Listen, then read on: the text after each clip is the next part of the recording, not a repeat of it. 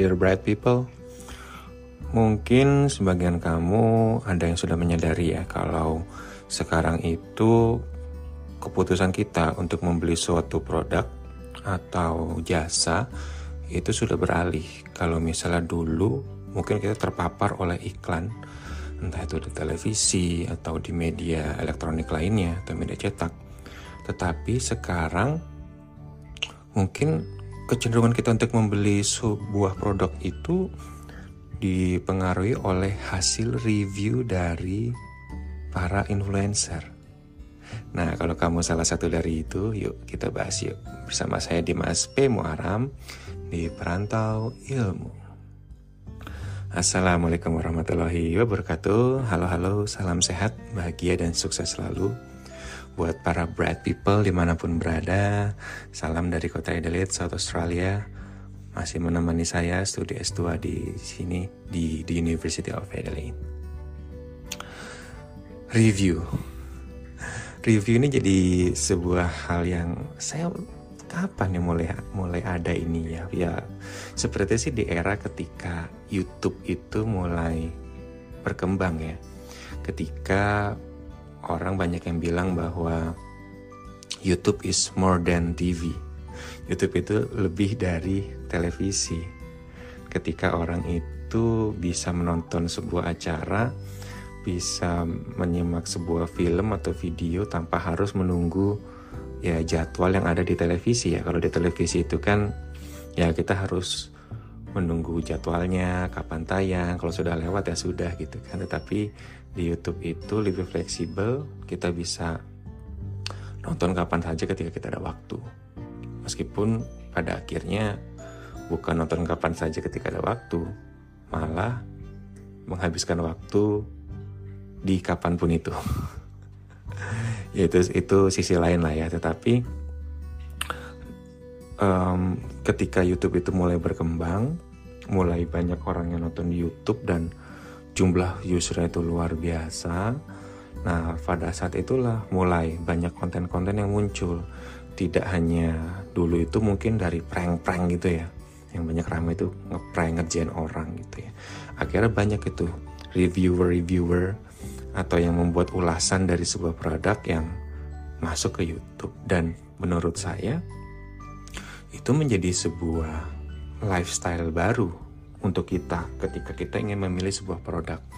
Kalau misalnya dulu mungkin kita itu terpengaruh oleh iklan ya, ketika misalnya di televisi menonton sinetron atau acara tertentu, lalu biasalah ada jeda iklan gitu kan, yang biasanya sih ketika iklan tuh orang bakal ganti channel ya, nggak ditonton juga biasanya, atau mungkin melihat di billboard, di jalan-jalan, atau iklan di radio gitu ya.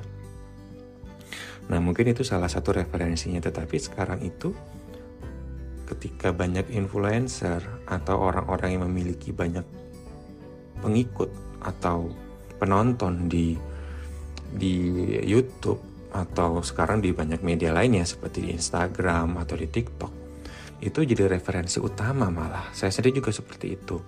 Ketika misalnya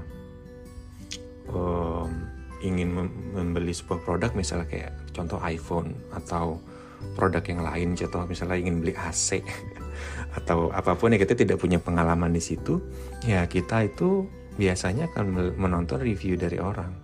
Dan biasanya contoh kita pengen cari nih, produknya kira-kira list yang bagus apa, A, B, C, D. Nah lalu saya copy lah itu mereknya, masukin ke YouTube, pasti akan muncul orang yang mereview produk tersebut. Jadi kita tahu gambaran lebih jauh, plus minusnya, cara pakainya bahkan, dan itu sangat membantu sekali ya. Dan orang akan betul-betul fokus pada produk itu. Beda ketika iklan itu orang malah akan skip biasanya ya. Contoh lah, ketika ada iklan di YouTube pun juga teman-teman juga pasti akan skip.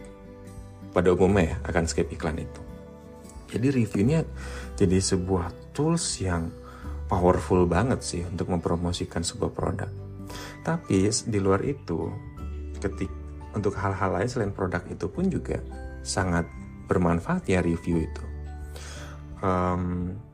Misalnya ketika dulu saya melamar beasiswa Australia Awards, saya juga mencari ulasan-ulasan dari banyak awardee atau scholar sebelumnya mengenai Australia Awards, gitu kan. Bagaimana cara daftarnya, bagaimana tips triknya untuk mengisi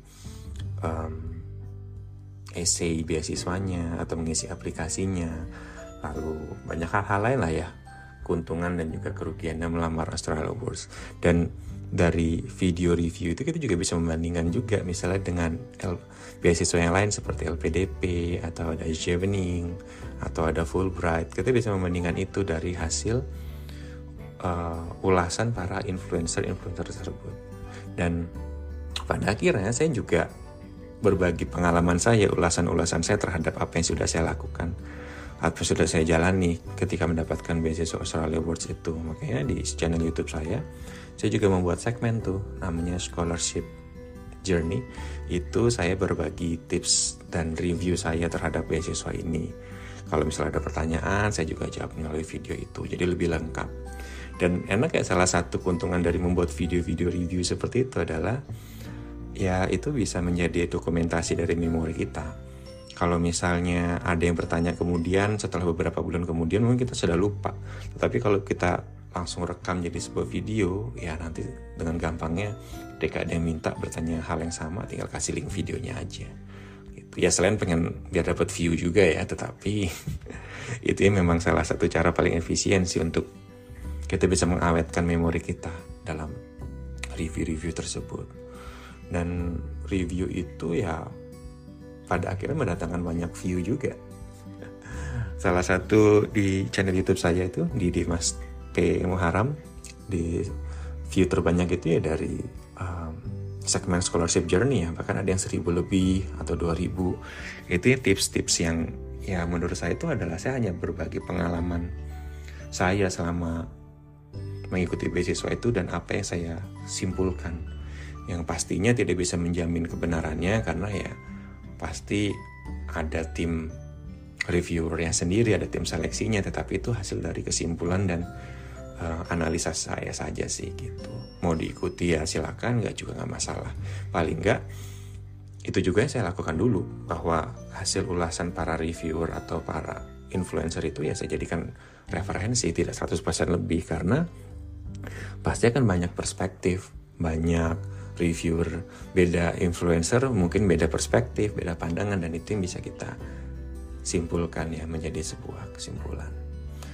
Dan review itu ya sisi negatifnya apa? Sisi negatifnya ya tadi, kadang ketika kita itu terlalu banyak menonton review orang untuk hal yang sama atau produk yang sama, bisa jadi kita malah bingung. Jadi kadang-kadang tuh terlalu banyak referensi, terlalu banyak pilihan tuh kita malah jadi bingung kadang-kadang, tidak bisa memutuskan.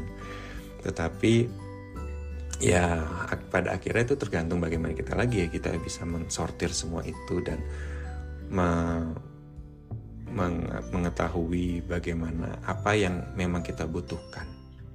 Seperti itu Bright People, dan itu pandangan saya soal review, dan ini masih menjadi bagian dari tantangan 30 hari bersuara tahun 2022 dari The Podcaster Indonesia yang bekerjasama juga dengan komunitas Podcaster Netra Indonesia. Thank you, dia masih signing out and see ya.